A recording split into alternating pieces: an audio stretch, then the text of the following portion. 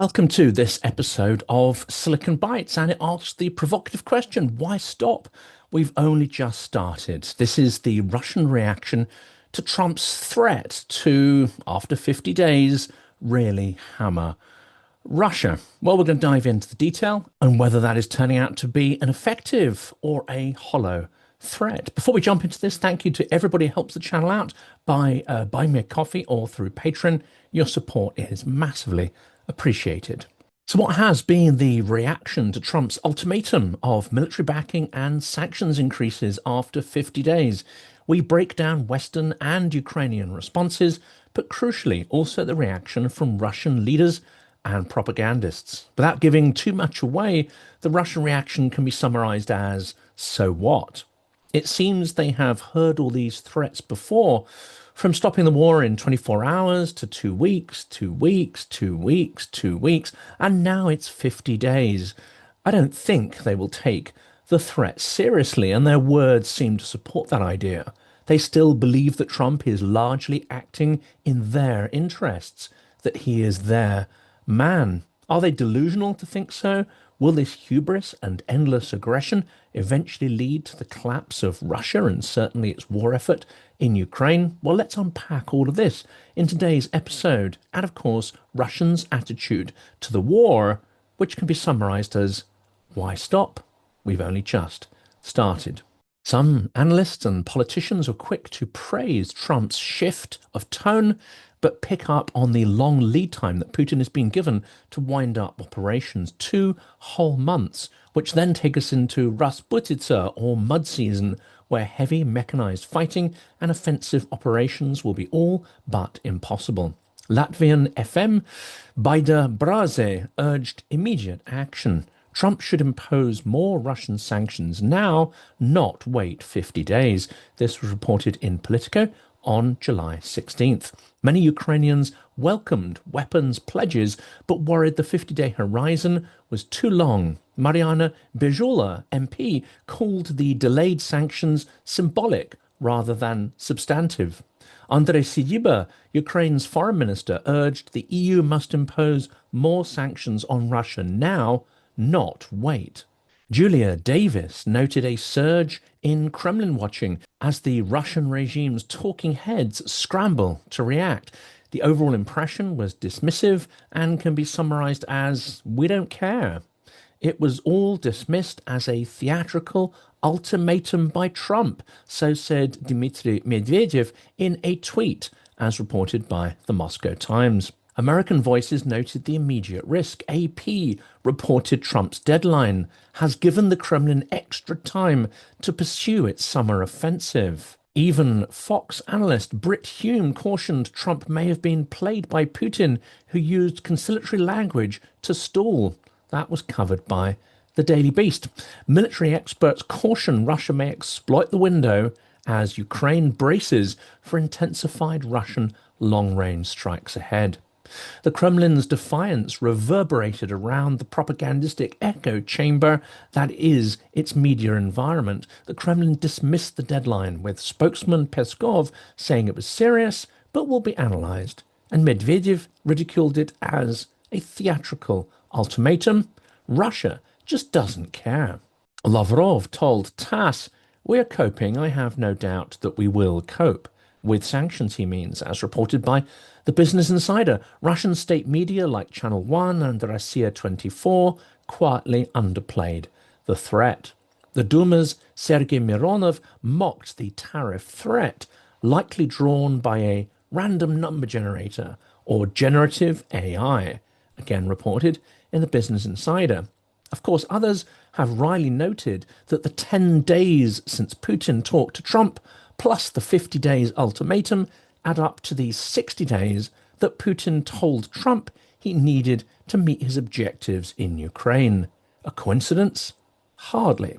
And right on cue, certain Kremlin loudmouths are ratcheting up the usual threats. Reuters reported former President Medvedev claiming that Western missile bases and sanctions amount to a de facto full-scale war against Russia, justifying possible preemptive strikes. That was reported in Reuters.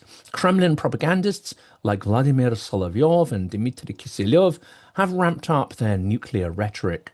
Solovyov mused to his live TV viewers, "We all die someday," in the context of nuclear war, and openly called for Ukraine to be taken out by a preemptive nuclear strike.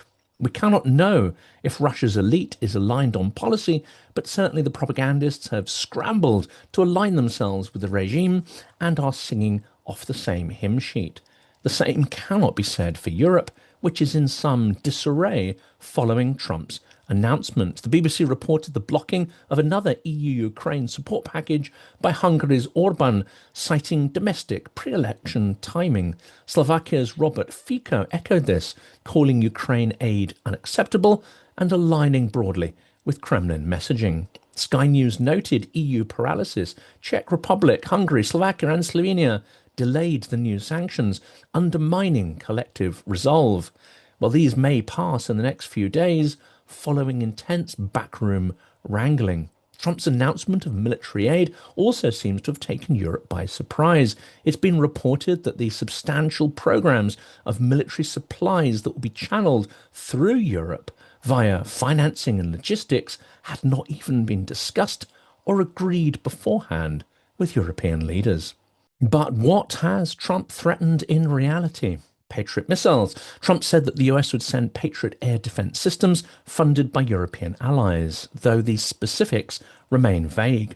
He talked about secondary sanctions. He threatened 100% secondary tariffs on countries trading with Russia, especially oil and gas buyers like China and India. But experts are questioning what this means in concrete terms, how it will be implemented, and what impact it may even have.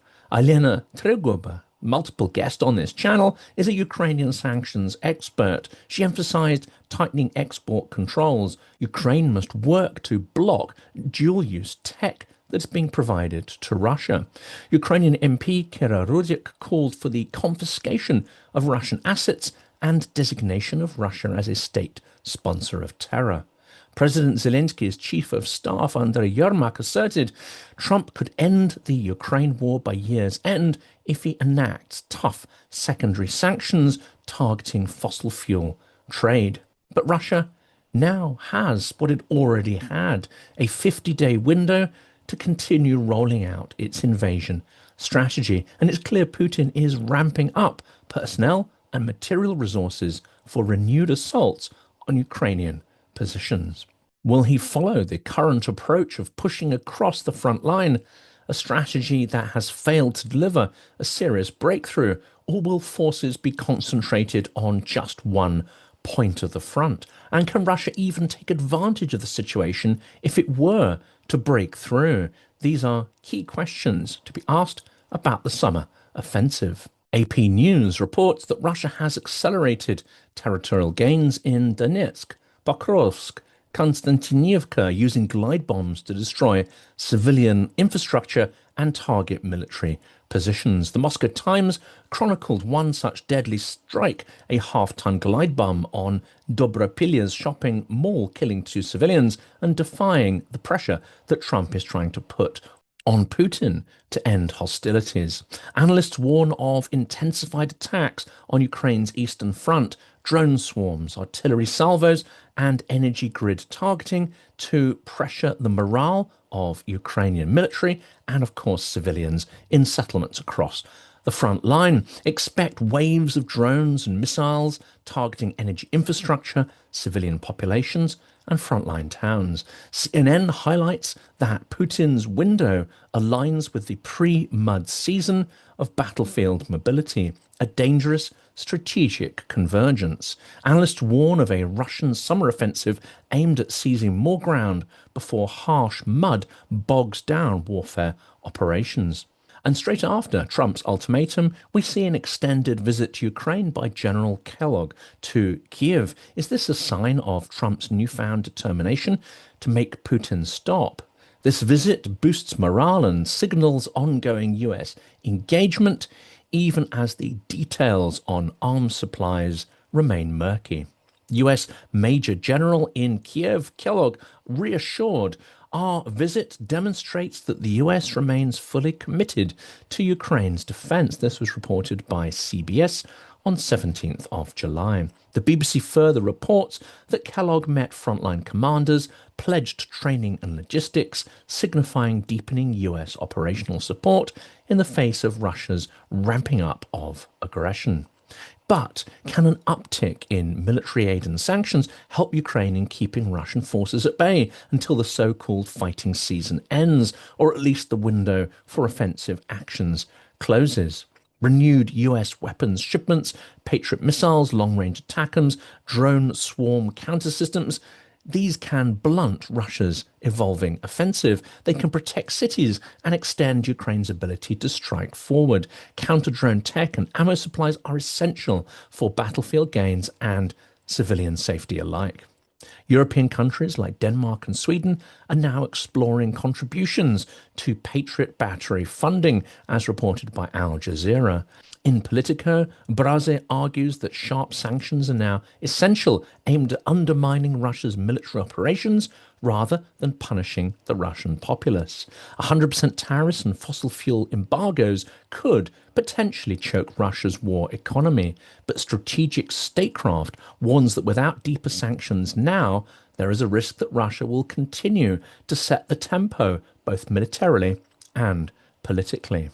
In these next 30 days, Russia may double down on war crimes, incremental territorial gains, and terror targeting. Russia will seek to exploit every pause with more bombs, more territory stolen, and more civilians harmed.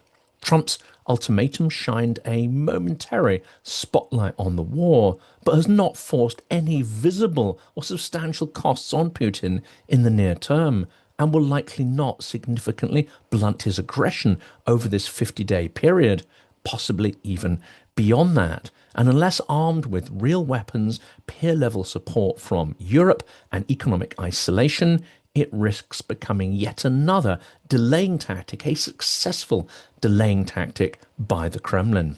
We must match our humanitarian outrage with munitions, bold sanctions, and unified Western policy. As Medvedev's threats illustrate, Russia is now waging a perpetual war, not just against Ukraine, but against the entire West. And unless we do more than talk, Ukraine and the world will pay an ever higher price to eventually achieve what is inevitable and essential, the defeat of Russia in Ukraine.